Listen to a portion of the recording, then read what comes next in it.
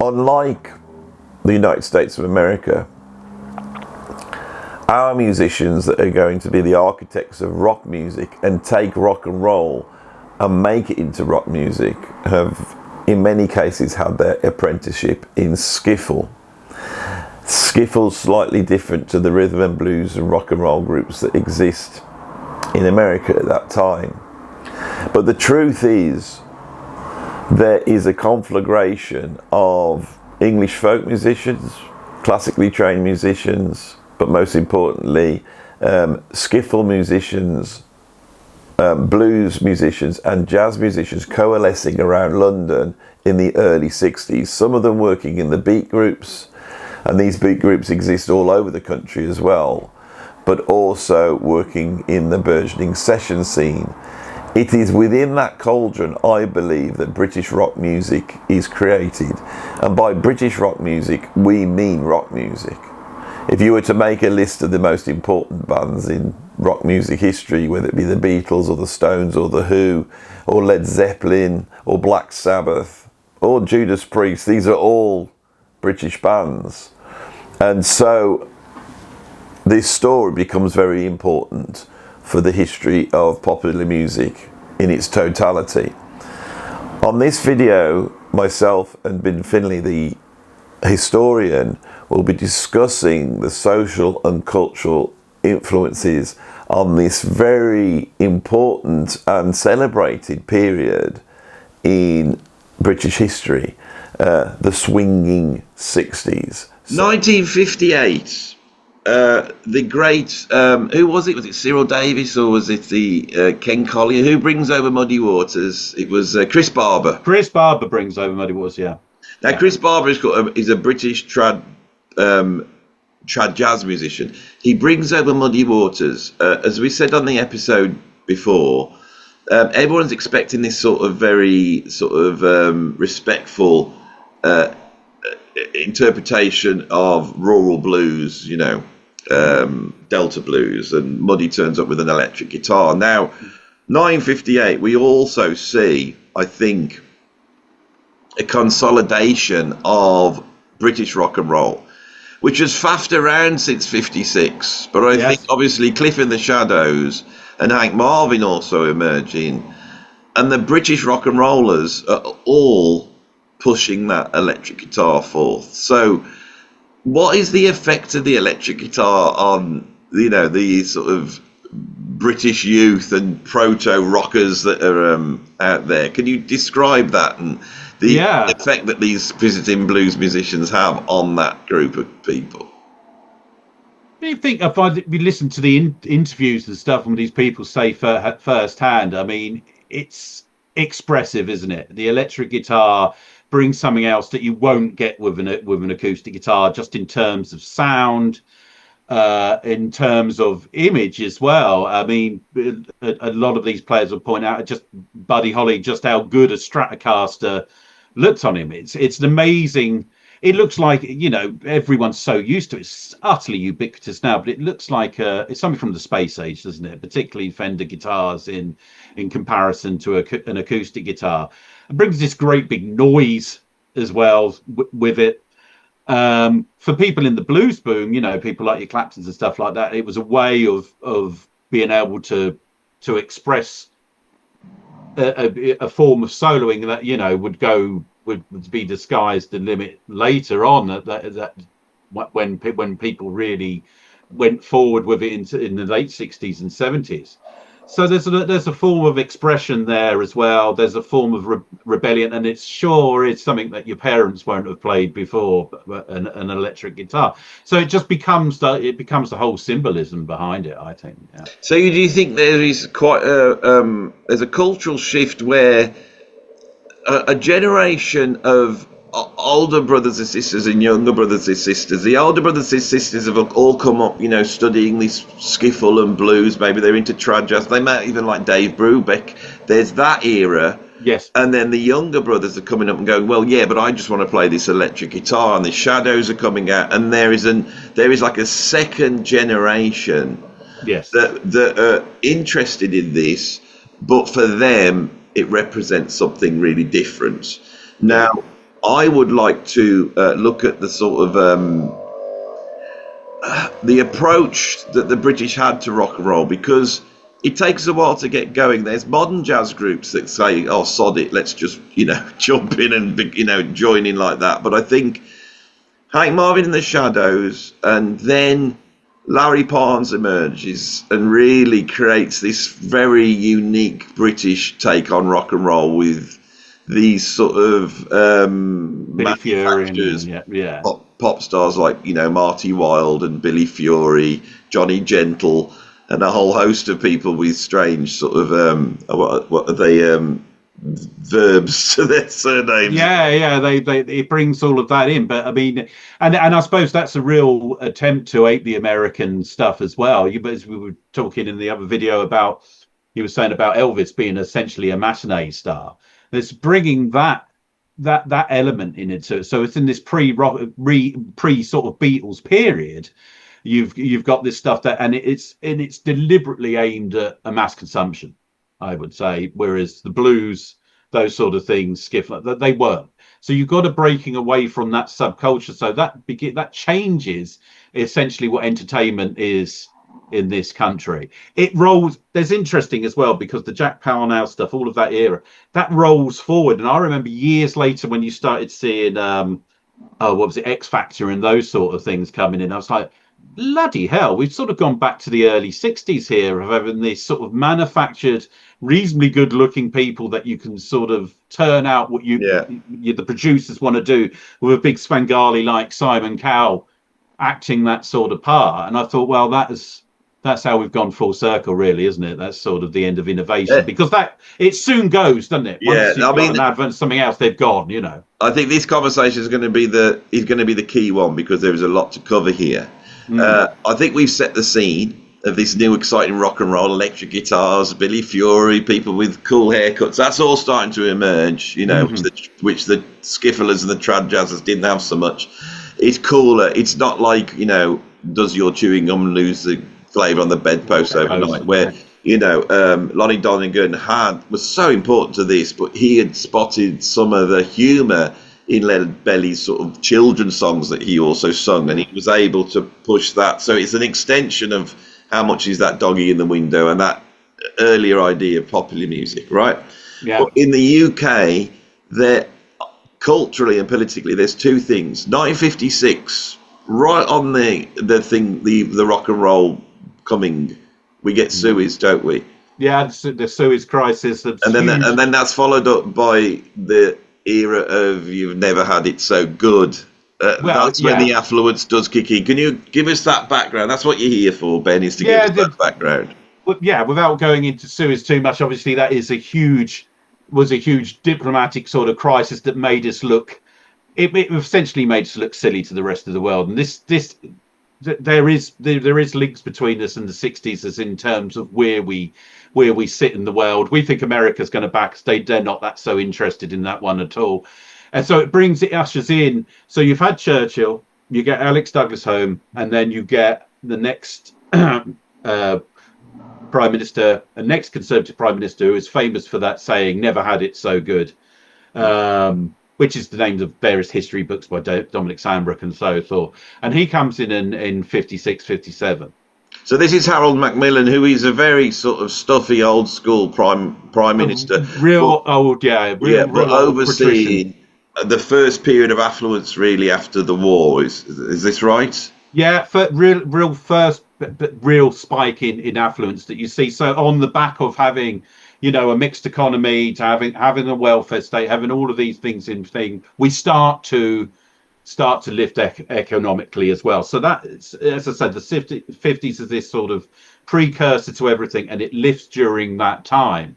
So by the late 50s, you have that coming in, and so there is a definite far more security for people as a backup to be able to be able to get into these things and to create the conditions for artistic. My dad said if you wanted a week off, say 58, 59, you basically jacked your job in on the Friday, had the week off, and then went back on the Monday, went down and got yourself another job.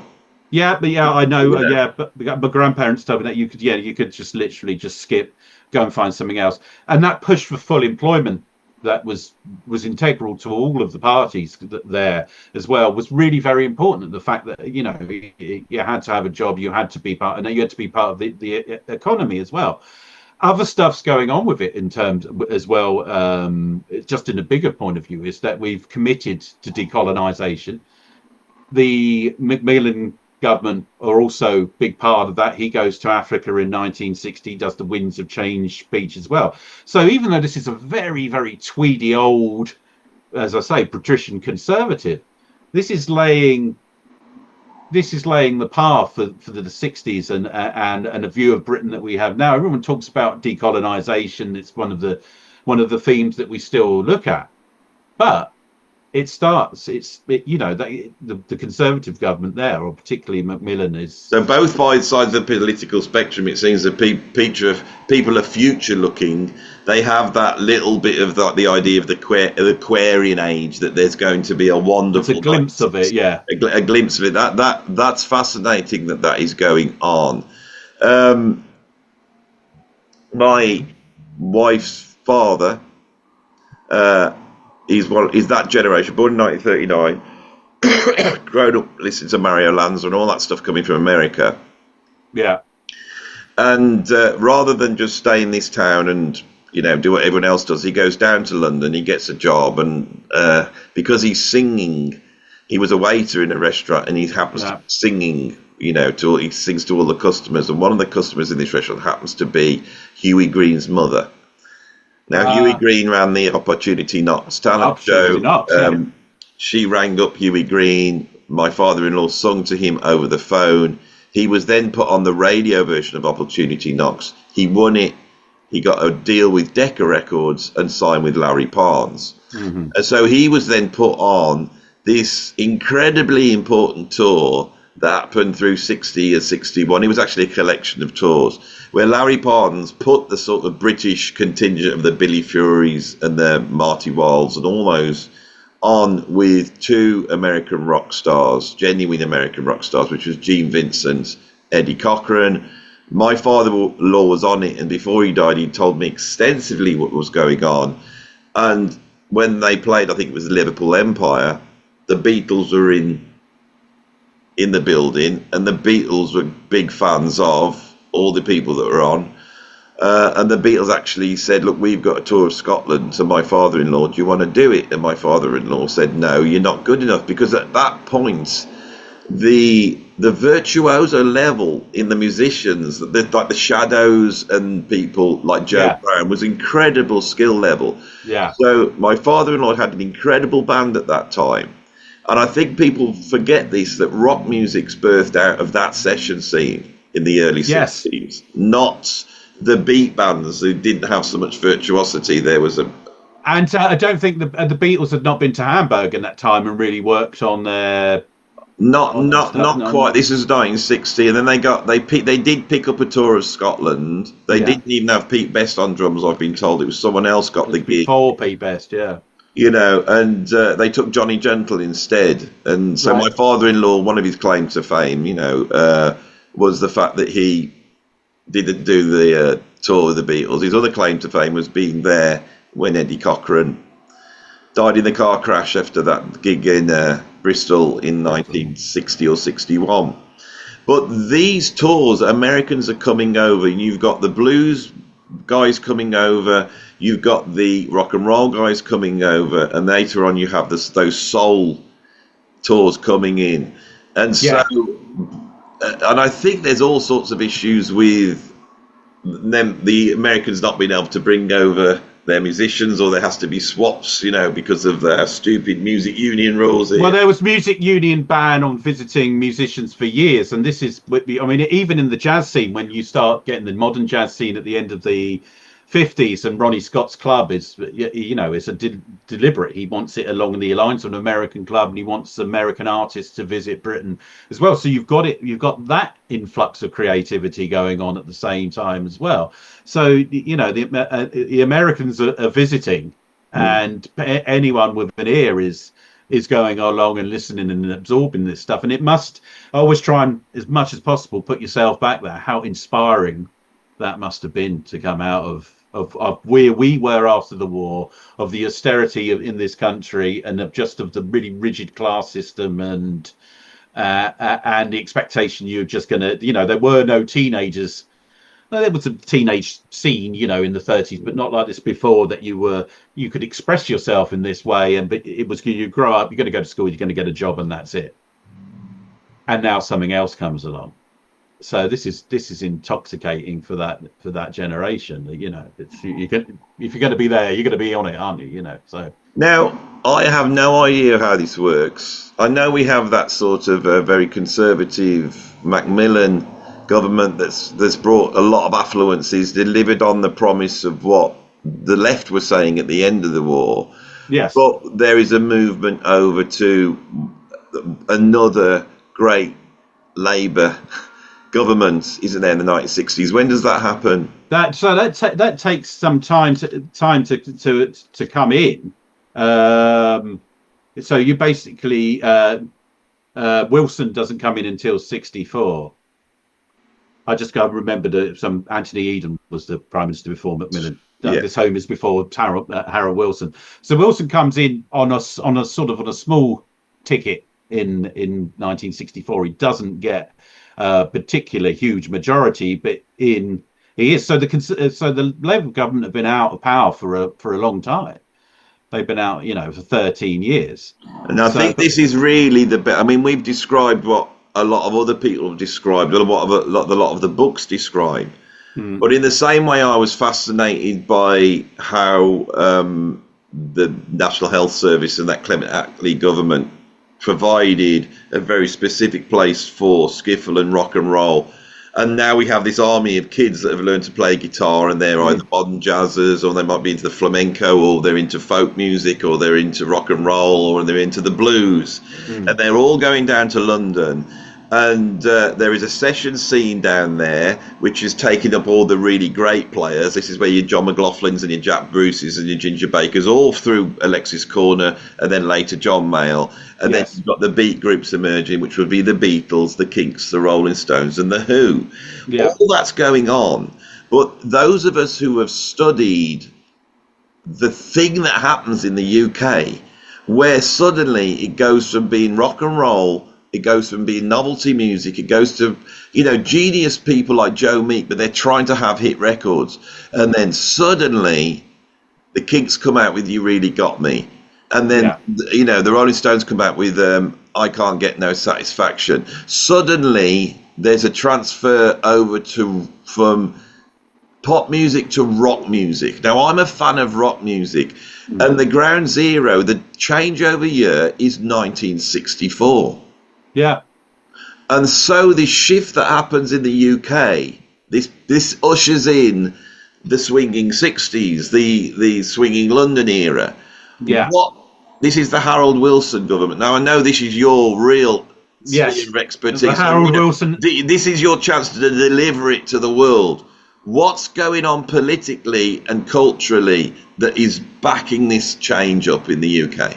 Well, the form of the conservatism we see is in terms of characters, particularly like Macmillan. The Tweedy old school stuff is sort of broken apart by the Profumio affair back in '63 as well. It's seen that. Just describe what the Profumo affair is. So you had Christine Keeler, who was obviously knew of the Conservative MP. Also keeping up with a Russian figure at the same time, and then he lies about it. So Profumo is basically he's our politician. He's having sex with basically a call girl who's also sleeping with a Russian diplomat. And then he says it never happened. And this is fascinating to me. The Profumo affair really seems to puncture our British respect for the upper classes, the sort of stewards of the British political system. In the war, we do what Churchill says because he's a knob, and I mean that in the sense of he's, born in, wherever it was, Where was he born? Where was Churchill born? In the great big that great big house he was born in.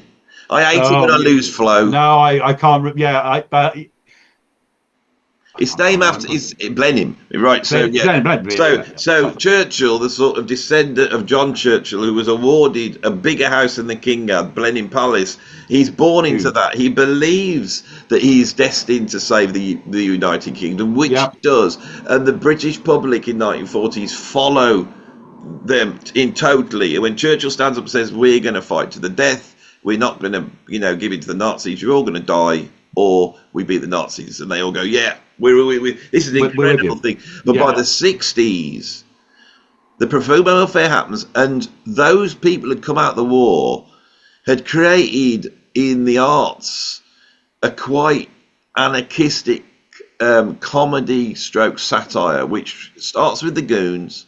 By the 1960s, you've got That Was the Week That Was.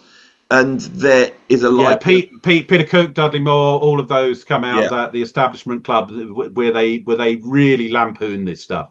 That this doesn't wash anymore. There's something else going on. So again, it creates that condition. There's an irreverence. The beginning of the satire boom, as you say, around that time. Private Eye. Well, that really lays the foundations of stuff for like alternative press later on. I've got the records because my parents had the records. I've got the Goons records and I've got the Peter Sellers records. Right, I listened to them since I was a child. Right, when I hooked up with John Penny, who's the lead singer of Ned's Atomic Dustbin, and we got chatting. He's exactly the same age as me. Ned's Atomic Dustbin was a episode of the Goons. This is how much influence it had on a generation that goes right up to the 1980s.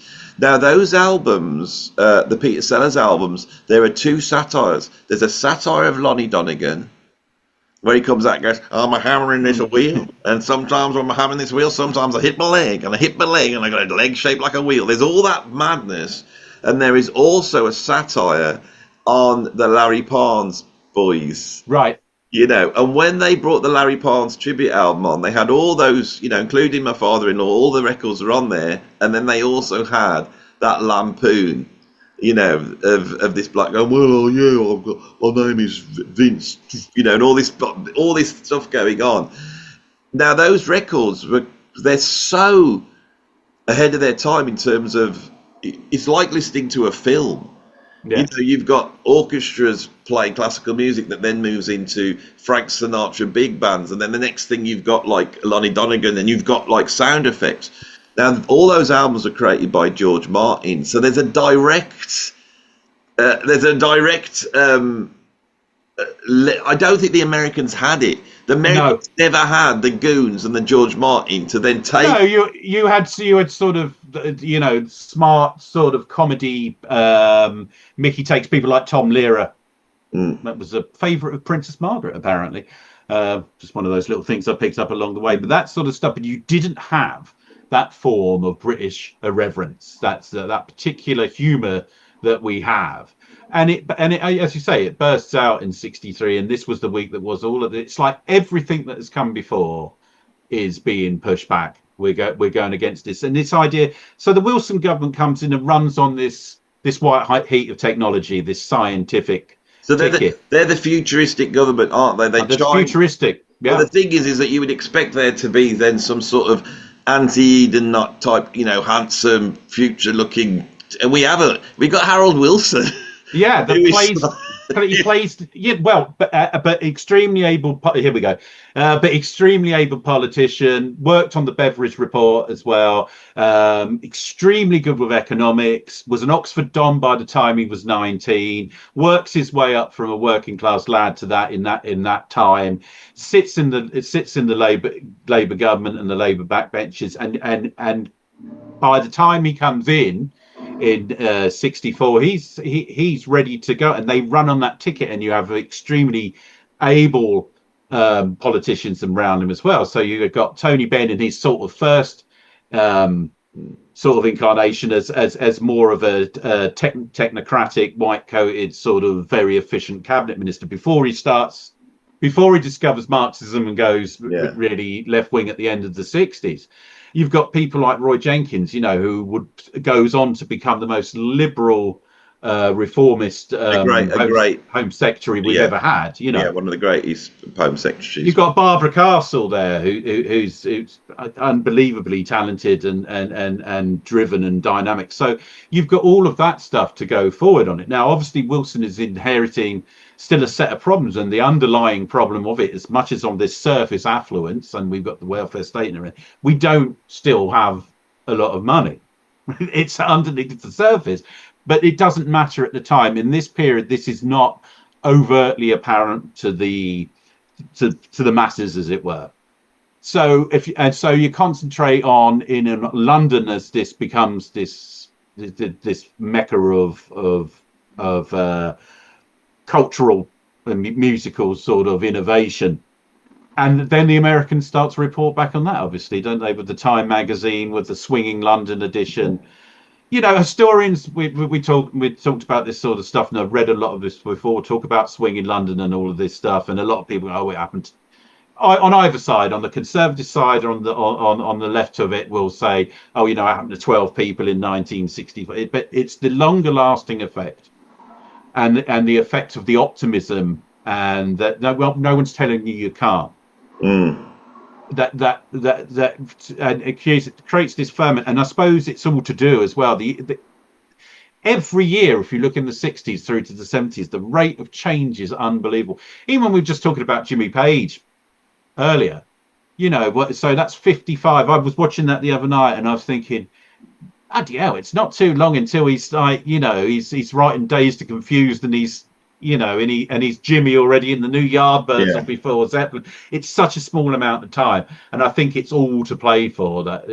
It's incredible. So those of you who want to sort of try and understand the change that goes on, if you were to take 1964, it's like another realm of music's opened up with the Kinks. You Really Got Me. Yeah. You know, that riffage is coming from American blues, but there's something immediate by that. But when we listen to You Really Got Me, it's very similar to Louie Louie, which was an original rhythm and blues hit with the riff on piano. It's the guitar that makes it, but in reality, distortion, isn't it? As well, it's a representation of sort of teenage aggression in that sort of very middling guitar sound. Great, but it's still incredibly twee. Now you go 2 or 3 years into the future, and suddenly you come up against Purple Haze by Jimi Hendrix, and then you go 2 years after that, and you have 20th Century Schizoid Man by King Crimson. That 5-year trajectory is how much culture changes. What's happening politically is this. Is the Wilson government leading the way? Because what's interesting is these rock stars that then emerge, they all come out as this sort of cheeky, chappy, sort of all the great unwashed in terms of the Rolling Stones, working class reaction to the sort of Frank Sinatras that had gone before. But by the end of the 1960s, the Beatles are singing Taxman, and they've all absconded, haven't they, with their vast wealth? Yeah, I mean, that goes on. I mean, the taxation is high. I mean, it's not as high as when you get when Wilson returns in '74. We're jumping ahead of ourselves there, and the famous Dennis Healy quote, you know, tax the rich till the pips squeak. But high taxation is part of the post-war consensus. Yeah, no one's expecting rock and pop stars to come along when that's sort of formulated in the mid 1940s. There's other stuff, I think, that the things that stand out to me, that's obviously going to stand from that Wilson government, is this huge wave of liberalisation that you get in the mid 1960s. You know, the abolition of hanging, the pill, the decriminalisation or partial decriminalisation of homosexuality bill that goes through. You got the race relations first, you know, laws that go through in '65. That's what it is, and I hadn't thought about that, but you've just filled that in. There must have been such a rate of cultural change where the old guard are going, well, you know, all the queers do what they want now, and there's all that going on, where the young people it really is fostering our very own British Woodstock, Age of Aquarius, you know. Well, I always measure how historically how profound these things are by the backlash from whoever's the opposition to it. So if the conservative side or people people like Peter Hitchens would be up against it now. I used to always do a class called I do lots of stuff on the 60s, and we talk about the Wilson governments and the Jenkins reforms and the counterculture, all of that stuff. And then I do one called the 60s and his malcontents, the people that don't like what happened in the 60s. And there's a lot to criticize, you know, that the cheap housing that went up at the time. Just prior to Wilson, the beaching, you know, this sort of like real negation of some of those railways, the closure of loads of railway lines. As I said, the housing, those sort of things. There, you know, there's some short-termism that goes on in there. There's such a push to make this stuff work that, you know, there's stuff that's open to sort of corruption, particularly in the housing things and the contracts there. But the main things of the liberalisation, the bigger picture, it's very different than if you'd lived, say, in somewhere like in France. So, like in France in '68, when they're out the streets throwing rocks and it's all of that sort of stuff, they still have De Gaulle in charge. It would be like having like Churchill on steroids in charge in Britain. We had a nice Homes Secretary in Roy Jenkins, and you have people like David Still that had put all of these things through. That's fascinating. Because the other thing is this new era that our government is pushing in. Maybe, I mean, America had Kennedy, who promised all this, but when Kennedy died, Johnson comes in. Then they're moving towards Nixon, and they're moving towards this sludge of the Vietnam War. Well, the Vietnam Britain, War. we're not loyal. It's still very British. It never lose. In fact, it becomes more British. Yeah. And so the sort of stately home is replaced by the mini and the Italian job. And we stay out of Vietnam, which really ultimately does. We just mentioned Johnson after JFK.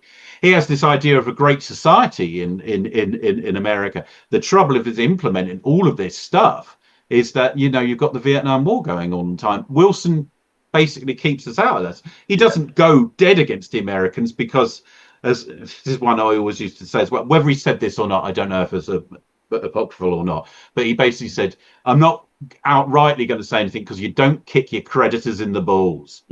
Which is you can imagine. You really rate him, don't you, as a prime minister? You really rate Harold Wilson. I can tell that he negotiated a path through this, and not perfect. You know, not a perfect. No one is. No, but he didn't fall into the trap of that utopian leftism. He seems to have been a very down to earth guy, very educated.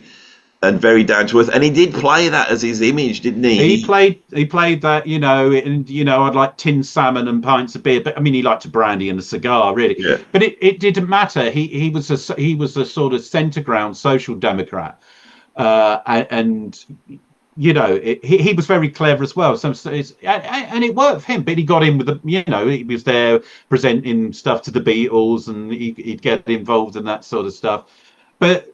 You know, we did it right. This country, the thing I've realised is that we negotiated the 60s right. Mm. The British did it right.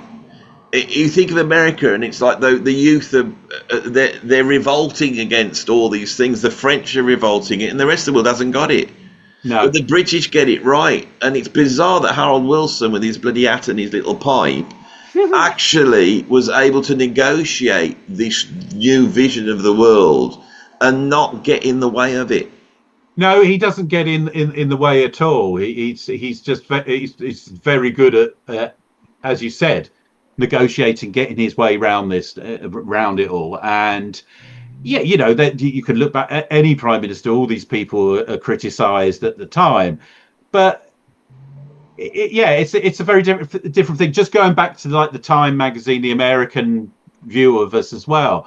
You know, when Dean Acheson, the American politician, you know, said we'd lost an empire and we hadn't really found our place in the world or worlds along that line. What we do is we fill that with our popular culture, that export, that British invasion, that what we send back to America in such a short amount of time is where we find something else, and it's cultural values. I think there's all of that in a strange way, and without getting political about today, wheels through to where we are now. There's completely changed. You could what were the Beatles all about? It was, it's cool, do what you want to. Yeah, we're all laid back. We're imposing rules on anything. Do your thing, whatever. And particularly the Stones as well. There's a relaxing of two standard morals that it's all right. It all goes along. There's loads of it. Back to Penguin Books in the 30s, and then the Lady Chatterley's lover trial in 1960, and everyone can read this stuff that only belonged to the rich people, that was in bound books on your shelf. Now you could pick it up anywhere, and you were part of it. And so Penguin Books, after Lady Chatterley's lover, after that trial, it's like now you can read it. Became this era of individualism as well. It is about you. You are part of it. It's democratized, and so you get this, as if for want of a better phrase, golden age of time. And of course, people could express themselves. The record companies gave the money to do so as well. You could get signed. And I think there's also a very English sort of anarchism in the culture, which means that when the police are trying to nail the Rolling Stones for drug taking, it's not seen as shocking. It's seen as very funny. Yeah, the news of the world. Yeah, when they go down to Wittering and arrest Keith and Mick and that, but it's done in this weirdly salacious way of Marianne Faithfull done up in a rug wearing no clothes. Yes, and it's just it's funny when you look at it. Yeah, in other words, there's in no way is it going to destroy their career. They will emerge, the Stones, completely unscathed, because those sort of tactics nobody cares about. And even our gangsters have become pop stars. We've got the Cray twins, and they're going about killing people and doing stuff, but you've got the Times. You've got the Times. Who breaks a butterfly in a wheel? William Rees-Mogg, father of Jacob, writes that and does an interview as well with Jagger when they're released, when they don't really do any time in prison. They do it, but Keith said the wine list wasn't very good. All that sort of stuff. It's all of that, isn't it? Yeah. It's all of that, and it's all very irreverent. It reminds me in some ways of when we try and bring this back in the 90s, when there's this sort of the great 60s revival with that sort of cheeky, irreverent humour. And so if you've got William Rees-Mogg and the Times saying, listen, this draconian sort of laws are ridiculous, this is overstated, there's a shift. There's a shift happening. It's a shift. So now we're at the back end of the 60s, and I think we now have to move on to the period of music which is loved and beloved on this channel. It begats progressive rock, and it begats jazz rock fusion, and a very British take on those, which does seem to fall out of favour. I'm really interested in exploring on that, but of course we have to now move on to the next episode. So you're all going to have to wait till tomorrow to see where this goes, and how we go from the cheeky chappies in the Beatles to some very, very upper middle class man ensconced in some manor house somewhere making tubular bells. And we're going to really focus, I think, on Mike Oldfield. Yes, I believe he's such a new kind of pop sensation, if you could call him that. And the era of the hi-fi, and the era of the film for your ears, which I think is been lost a little bit culturally, completely since then. So Ben, thank you for that. Let's get on to the next one, shall we? Yes, indeed.